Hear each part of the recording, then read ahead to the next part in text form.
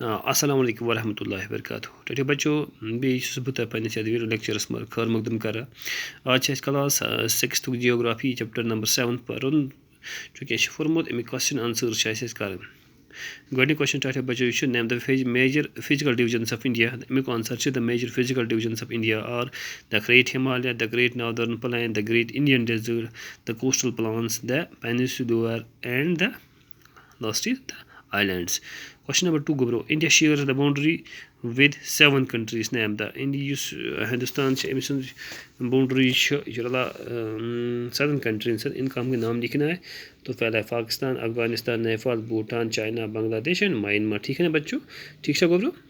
Which are the 2 rivers fall in Arabian Sea, इनका नाम लिखना है। जो 2 दरिया है जो अरेबियन सी में फॉल करते हैं उनका एक है the Narmada and the Tapi river. अच्छा ठीक। Name the delta formed by Ganga and Brahmaputra. तो इसका आंसर है सुंदरबन डेल्टा। जो गंगा और ब्रह्मपुत्र बीच में जब मिलते हैं तो बनाती है वो उनका बनता है Sundarban delta. How many states and union territories are there in India? Which state have a common capital? There are 28 states and 8 union territories are at present. Why do large number of people live in northern plains? A large number of people live in northern plains. It is fit for agriculture, development of transport is easy.